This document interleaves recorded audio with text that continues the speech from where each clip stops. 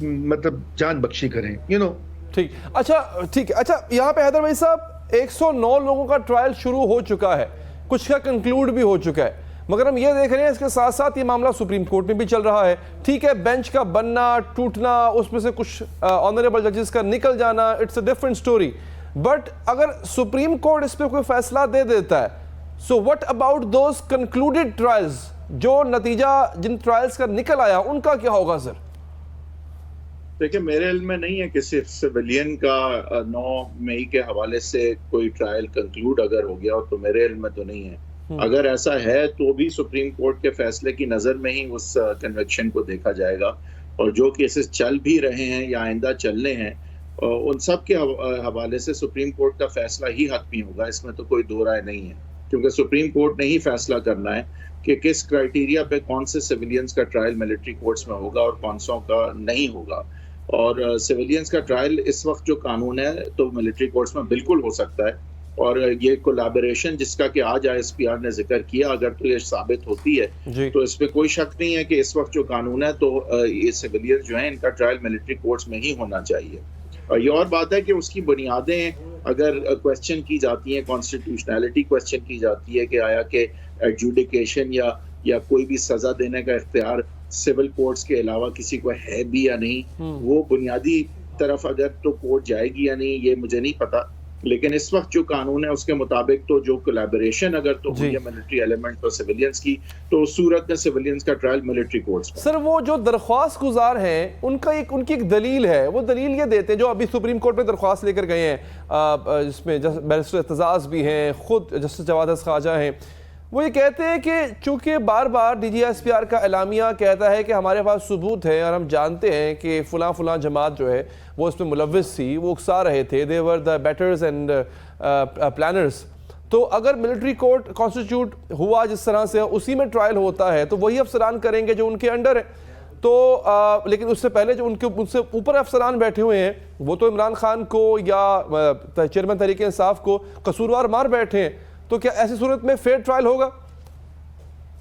دیکھیں ظاہر ہے کہ جنہوں نے ایکچولی ایڈجوڈیکیٹ کرنا ہے تو ان کی طرف سے اس طرح کا تو آلریڈی بیان نہیں آیا ہوگا, اور ان کی تعیناتیاں جو ہیں وہ یہ سوچ کے کی گئی ہوں گی کہ وہ کس حوالے سے کس حد تک انڈیپینڈنٹ ہو سکتے ہیں. لیکن ابھی تو دیکھیں ہم اس چیز کے تھوڑا سا دور ہیں. پہلے تو اس چیز کا فیصلہ ہونا ہے کہ یہ جو نیکسس ہے اور یہ جو کنیکشن ہے اس دن کے واقعات کا ماسٹر مائنڈز کے ساتھ, وہ کیا سامنے اس کے شواہد جو ہیں وہ کس حد تک پھر آتے ہیں. اگر آتے ہیں تو وہ جو کنیکشن ہے وہ پھر جوڑا جا سکتا ہے ملٹری ایلیمنٹس کے ساتھ. اگر تو یہ کولیبریشن جوڑی جا سکتی ہے اور آن دا فیس آف اٹ لگتا ہے کہ ایلیمنٹس موجود ہیں ملٹری کورٹس کے اوفینسز کے, تو پھر ڈیفینیٹلی ان سویلینز کا ٹرائل ملٹری کورٹس میں ہی چلے گا. ٹھیک ہے. اچھا رضا رومی صاحب, کیا تحریک انصاف کی واپسی کا رستہ کوئی باقی رہ گیا ہے؟ نواز شریف کے ساتھ 1999 میں جو ہوا وہ پھر باہر چلے گئے, واپسی کا رستہ براستہ سعودی عرب سے ممکن ہو پایا. اب بھی آپ کو لگتا ہے کہ ابھی بھی نواز شریف اگر واپس آ رہے ہیں تو وہ بھی ہم دیکھ رہے ہیں کہ عرب ریاستوں کے توسط سے ہی واپس آ رہے ہیں, تو کیا عمران خان کے لیے کوئی ایسی بیرونی سہولت یا بیرونی طاقت کی سہولت کیا ان کو میسر آ سکتی ہے کہ ان کی بھی معافی مل جائے؟ نہیں دیکھیے, ابھی تو کوئی ایسی بات نہیں بن رہی. ابھی تو یہ مسئلہ ہے نا کہ آپ نے دیکھا ہے کہ عمران خان صاحب جو ہیں وہ اتنا کچھ ہونے کے باوجود جو ہے وہ چڑھائی کیے جاتے ہیں. ایک طرف وہ کہتے ہیں جی میں بات کرنا چاہتا ہوں chief of the army staff سے اور میں یہ کرنا چاہتا ہوں وغیرہ وغیرہ, اور پھر دوسری طرف وہ ساتھ میں وہ دباؤ بھی ڈالتے ہیں. ان کی جو پوری سوشل میڈیا کی جو وہ انہوں نے بنایا ہوا ایک دنیا, اس میں بھی ابھی موجودہ آرمی چیف کے خلاف جس طرح کی باتیں کی جاتی ہیں, ان حالات میں کیسے ان کی کوئی بات بنے گی؟ دیکھیں نا, یا تو یہ ہے کہ 9 مئی کے بعد جب وہ عدالت میں پیش ہوئے اور وہاں پہ عدالت نے ان سے کہا بھی کہ بھئی اس طرح سے یہ سب کچھ آپ کے لوگوں نے کیا ہے یا یہ ہوا ہے ملک میں, عمران خان صاحب نے اس کے بعد جب وہ ان کو بیل شیل ملی انہوں نے پھر بھی ایک مبینہ طور پہ کہا کہ جی اس کی آپ نے کوئی وہ نہیں کرنی, ریگریٹ نہیں کرنی. اور پھر انہوں نے کہا کہ جی پھر بعد میں انہوں نے یہ بھی کہا کہ لوگ کہاں جاتے ہیں, مجھے تو رینجرز نے پکڑا تھا, لوگ جا کے فوج کے خلاف ہی وہ جو ہے وہ پروٹیسٹ کرتے. اس طرح بات نہیں بنتی. ان کو بڑے واضح دو ٹوک الفاظ میں یہ کہنا چاہیے تھا کہ اگر ان کی پارٹی کے کوئی لوگ ایسے ہیں تو وہ معذرت کرتے ہیں, وہ ان لوگوں کو خود حوالے کریں گے, اور یہ کام غلط تھا. جو غلط ہے وہ غلط ہے. دیکھیں شہداء کی یادگار, دنیا میں کون سا ملک ہے آپ مجھے بتائیں جہاں پہ شہداء کی یادگار کو آپ جا کے پامال کریں گے اور پھر وہ آگے سے ریئیکشن نہیں آئے گا, یا یہ کہ آپ GHQ کے دروازے کھول کے تو اندر جائیں گے, یا لاہور کا کور کمانڈر ہاؤس. حالانکہ آپ کو پتہ ہے ہم جیسے لوگ تو ہمیں تو کہا جاتا تھا جی آپ اینٹی آرمی ہیں, اینٹی اسٹیٹ ہیں, آپ فلان ہیں, دھماکہ ہیں کئی سالوں, اور یہی PTI والے ہمارے اب پروپیگنڈا کرتے ہیں, ان کو دوبارہ موقع ملے گا پھر یہ کریں گے جی آپ تو اینٹی اسٹیٹ ہیں, بگوڑے ہیں, غدار ہیں, یہ ہے وہ ہے. ہم بھی یہ کہتے ہیں کہ یہ کام غلط ہے. پاکستان میں سول سپریمیسی آئین کے تحت آئے گی, جمہوریت سے آئے گی, سیاسی قوتوں کے اکٹھے ہونے سے آئے گی, آگے لگانے سے, توڑ پھوڑ کرنے سے, حملے کرنے سے, گالی گلوچ سے نہیں آئے گی. اس سے صرف یہ وہی ہوگا جو آج ہو رہا ہے, اور یہی وجہ ہے کہ معافی کے اور واپسی کے. اچھا رومی صاحب یہ بتائیے گا, کیا عمران خان کو مائنس کرنا ہی واحد حل رہ گیا؟ قریشی صاحب جب جیل سے رہا ہوئے تھے انہوں نے کہا تھا کہ وہ عمران خان سے ملاقات کریں گے, پھر میڈیا سے گفتگو کریں گے. نہ ملاقات ہوئی, گفتگو نہیں ہوئی. کیا قریشی صاحب نے بھی -1 کا فارمولہ ہی عمران خان کے سامنے رکھا تھا جو انہوں نے ریجیکٹ کر دیا؟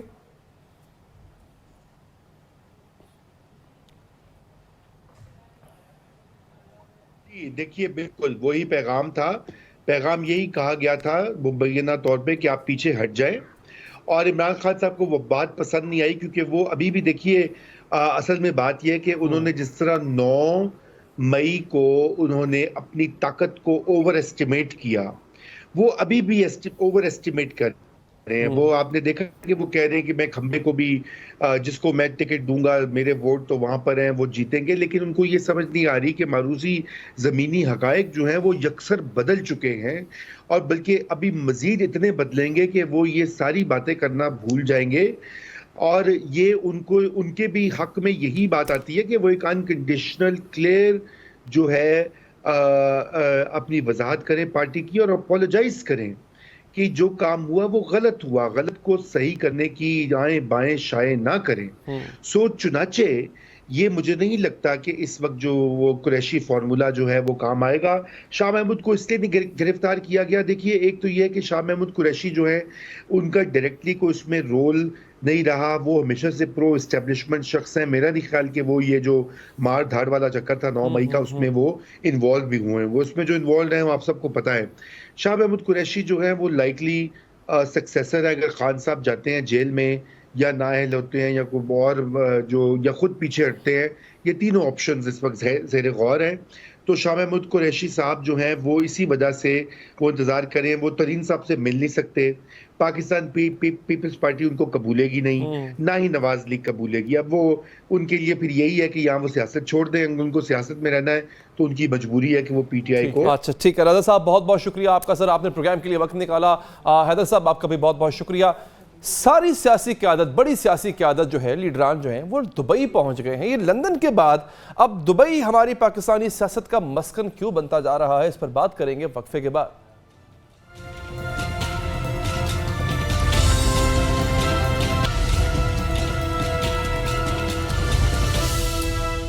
بریک کے بعد حاضر ہیں. لندن کے بعد دبئی پاکستانی سیاست کا مرکز بن گیا اور بڑے سیاسی بریک تھرو کی گونج ہے.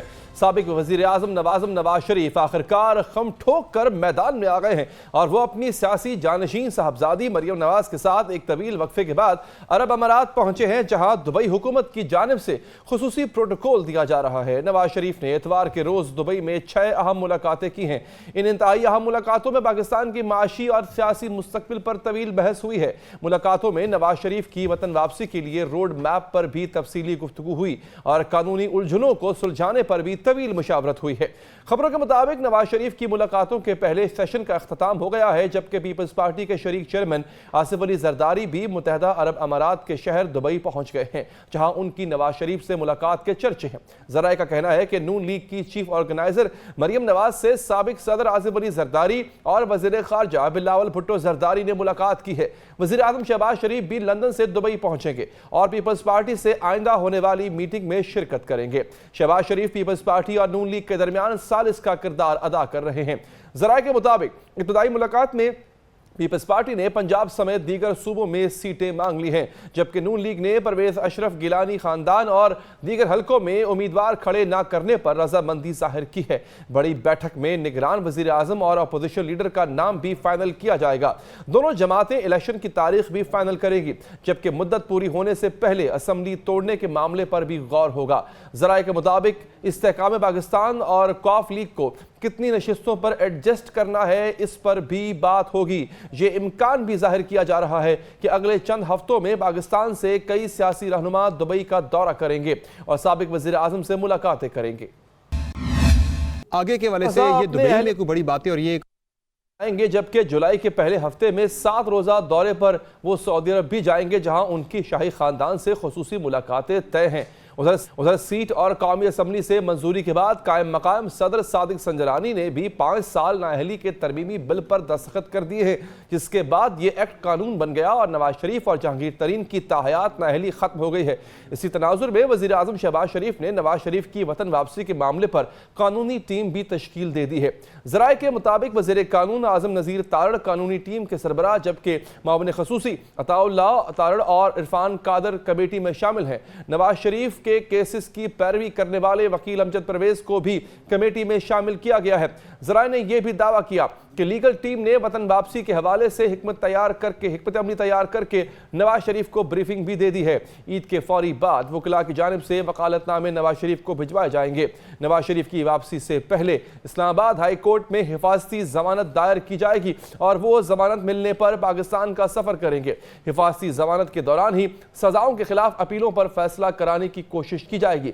ذرائع کے مطابق اگر قانونی طور پر جیل جانا ضروری ہوا تو نواز شریف کے گھر کو سب جیل قرار دے دیا جائے گا۔ یہ پہلا موقع نہیں ہے کہ دبئی پاکستانی سیاست کا گڑھ بن رہا ہے۔ 2006، 7، 2013 اور 2018 میں بھی متحدہ عرب امارات پاکستانی سیاست کا مرکز بنا ہوا تھا۔ 2018 کے انتخابات سے پہلے پی ٹی آئی چیئرمین، جبکہ 2013 کے الیکشن سے قبل نون لیگ کے قائد نواز شریف نے دبئی میں کئی سیاسی ملاقاتیں کی تھی اور پھر ان کی حکومت قائم ہوئی تھی۔ پیپلز پارٹی کی 2007 میں حکومت آنے سے قبل بھی دبئی سیاسی ملاقاتوں کا مرکز تھا۔ سوال یہ ہے کہ 2023 کا دبئی پلان کیا ہے اور کیا سیاسی کھچڑی پک رہی ہے؟ کیا ملک میں سیاسی جمود ٹوٹنے جا رہا ہے اور عام الیکشن کا بگل بجنے والا ہے؟ بات کریں گے اسی حوالے سے ہمیں joint coordinator to prime minister Rana Ahsan Afzal صاحب نے۔ رانا صاحب شکریہ آپ کا۔ اب نواز شریف صاحب کی نااہلی کی جو ایک رکاوٹ تھی وہ تو دور ہو چکی ہے، نااہل وہ نہیں رہے ہیں نئے قانون کے مطابق، تو سر کوئی ڈیٹ اناؤنس ہونے جا رہی ہے میاں صاحب کے وطن واپسی کی؟ بسم اللہ الرحمن الرحیم۔ دیکھیں، بالکل جو آئینی معاملات ہیں اور جو قانونی معاملات ہیں ان کو وہ فیس کریں گے، قانون کے مطابق فیس کریں گے۔ اس چیز کے باوجود کہ کاما سے پناما نکالا گیا اور ثاقب نثار کی سپریم کورٹ نے ایک پلان کے تحت ان کو وزارت عظمیٰ سے نہ صرف نکالا بلکہ پارٹی صدارت سے نکالتے ہوئے تا حیات ان کو جو ہے وہ سزا سنائی۔ اب یہ جو لیجسلیشن پاس ہوئی ہے اس سے 5 سال کی سزا جو ہے وہ کر دیا گیا ہے۔ تو ڈیفینیٹلی جو بوگس کیسز بنائے گئے ان کے اوپر وہ اختتام پذیر تو ہوں گے، کیونکہ وہ جعلی کیسز تھے، وہ ایک پروجیکٹ کے تحت وہ بنائے گئے تھے۔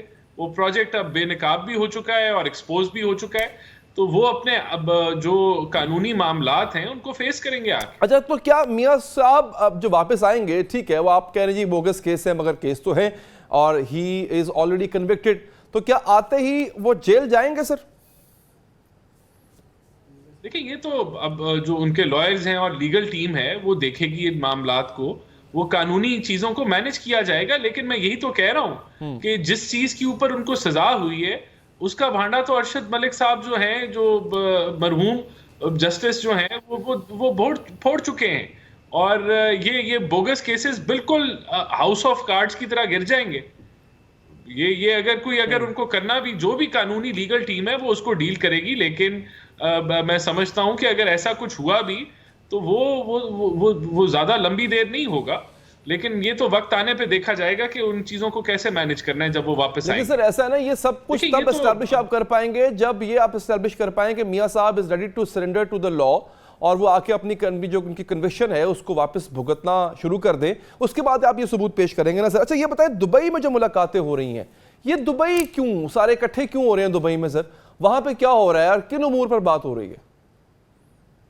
دیکھیں میرے پاس آصف زرداری صاحب اور میاں نواز شریف کی ملاقات کا کانفرمیشن نہیں ہے، لیکن اگر ملاقات ہو بھی جائے تو اس میں کوئی قباحت نہیں ہے. دیکھیں الیکشنز آ رہے ہیں، بہت سارے معاملات پہ بات چیت جو ہے وہ کی جا سکتی ہے کہ الائنس ہونا ہے نہیں ہونا، کوئی سیٹ ایڈجسٹمنٹ ہونی ہے نہیں ہونی، ملکی معیشت پہ بات چیت ہو سکتی ہے.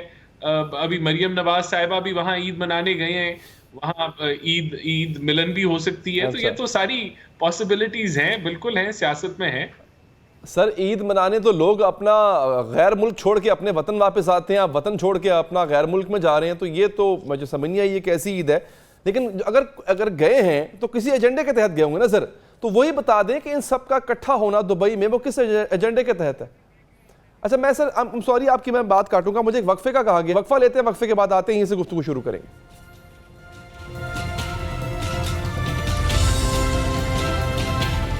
وقفے کے بعد حاضر ہیں. اچھا رانا صاحب، سوال جو میں چھوڑ کر گیا تھا دوبارہ پوچھتا ہوں سر. جو سب سے مین بات جس کی وجہ سے ہم نے سیگمنٹ کیا، دبئی میں کیا ہو رہا ہے سر؟ یہ ملاقاتیں ادھر بھی ہو سکتی تھی مائنس نواز شریف، لیکن چلیں نواز شریف سے آپ ملنے گئے، ان کی بیٹی بھی، زرداری صاحب بھی وہاں پر ہیں، بلاول صاحب بھی. یہ ملاقات جو ہے اس کا ایجنڈا کیا؟ الیکشنز ہیں، عمران خان کو مائنس کرنا ہے، انٹرم سیٹ اپ ہے، کیا ہے؟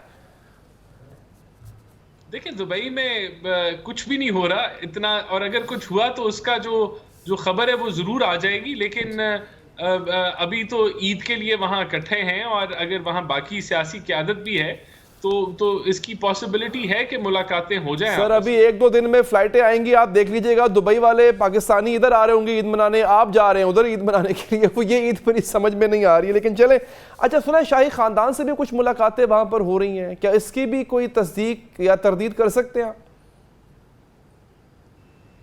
دیکھیں یہ میں اس کو رد نہیں کروں گا، اس سوال کو کہ ملاقات متوقع ہے یا نہیں ہے، اس کو میں رد نہیں کروں گا، اور اس کو میں کنفرم بھی نہیں کروں گا، کیونکہ لیکن میں سمجھتا ہوں کہ وہاں پاکستان کے ایجنڈے پہ اگر سیاسی ملاقات کوئی ہوئی تو وہ پاکستان کی بہتری کے لیے ہوگی اور پاکستان کے مفاد کے لیے ہوگی. اچھا رانا صاحب، کیا کچھ ایسے معاملات تھے جو یہاں طے نہیں ہو سکتے تھے، یا آپ چاہتے تھے کہ یہاں پر کچھ حلقوں کو خبر نہ ہو کہ کیا معاملات طے پا رہے ہیں، اس لیے نیوٹرل وینیو چنا گیا، دبئی کا وینیو چنا گیا؟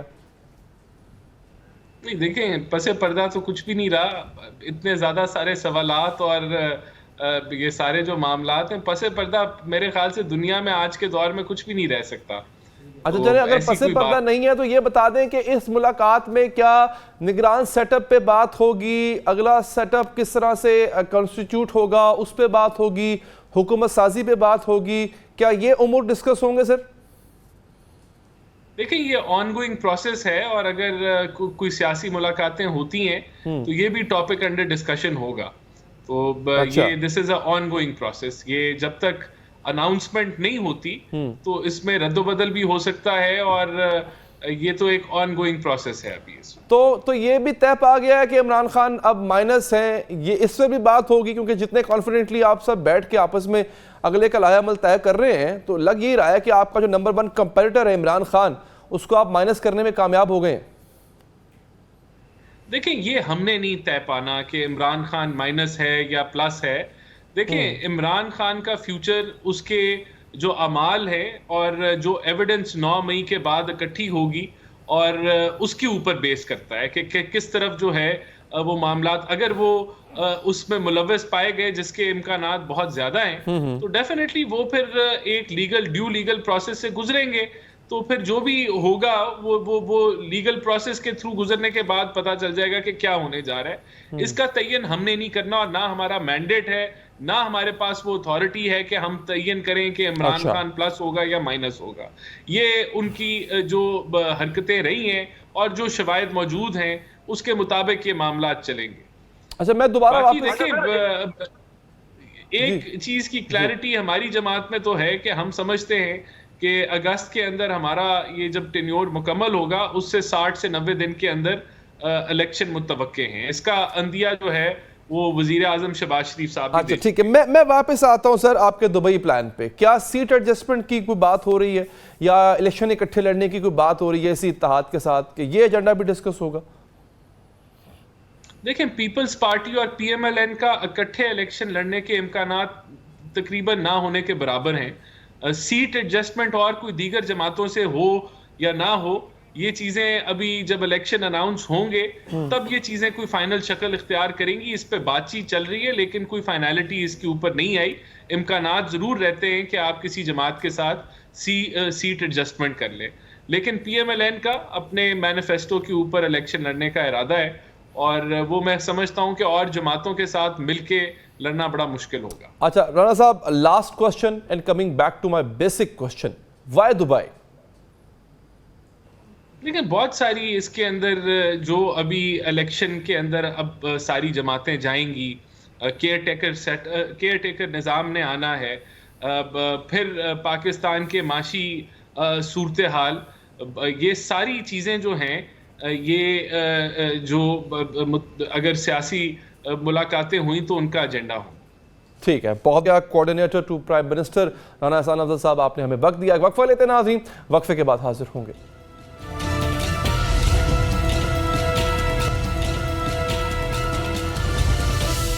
بریک کے بعد حاضر ہیں ناظرین. فوجی عدالتوں میں سویلین کے ٹرائل کے خلاف درخواستوں کی سماعت کرنے والا سپالہ سپریم کورٹ کا بینچ ایک بار پھر ٹوٹ گیا ہے. سماعت شروع ہوئی تو اٹارنی جنرل منصور عثمان آوان روسٹرم پر آ گئے اور وفاقی حکومت کی جانب سے جسٹس منصور علی شاہ پر اعتراض اٹھا دیا. اٹارنی جنرل نے کہا, مجھے ہدایت ہے کہ جسٹس منصور علی شاہ بینچ کا حصہ نہ ہو. چیف جسٹس عمر عطا بندیال نے پوچھا, کس بنیاد پر وفاقی حکومت جسٹس منصور پر اعتراض اٹھا رہی ہے؟ اٹارنی جنرل نے جواب دیا کہ مفادات کے ٹکراؤ کی وجہ سے اعتراض اٹھایا گیا ہے.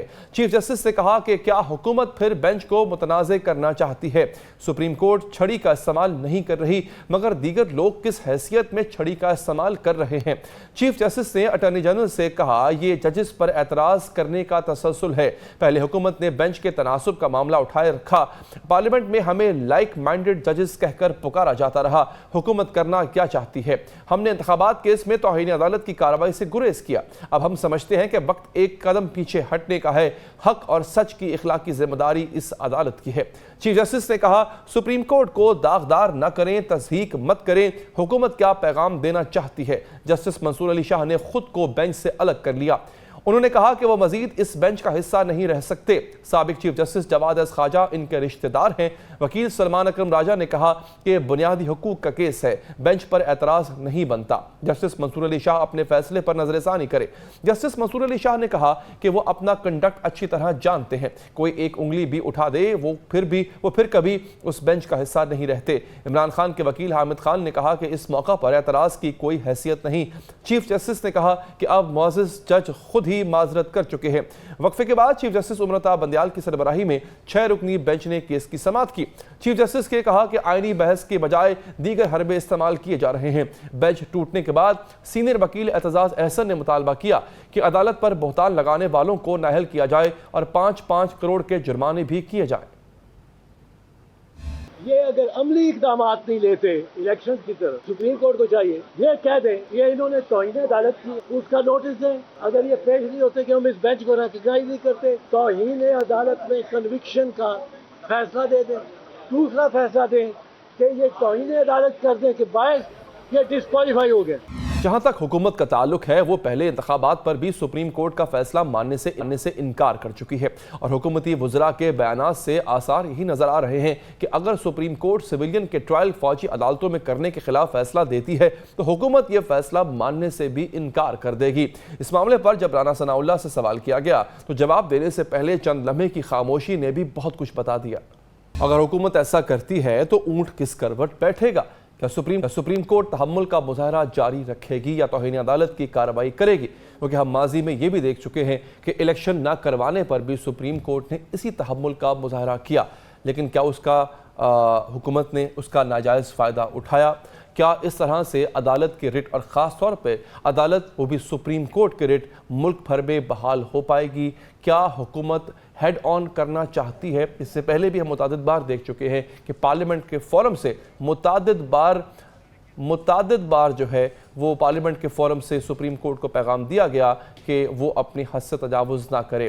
اسی طرح سے فروغ نسیم صاحب کا جو ہے وہ اپوائنٹ ہو جانا، اور اس پورے معاملے میں جو کہ انہوں نے ان کی طرف سے دیکھا جائے تو ایک خاص طرح کا یو ٹرن ہے جو کہ انہوں نے اپنے پہلے والے سٹانس سے لیا ہے۔ اس کے ساتھ ہی ناظرین پروگرام یہاں پر ختم ہے، مجھے دیجیے اجازت، اللہ نے کے بعد۔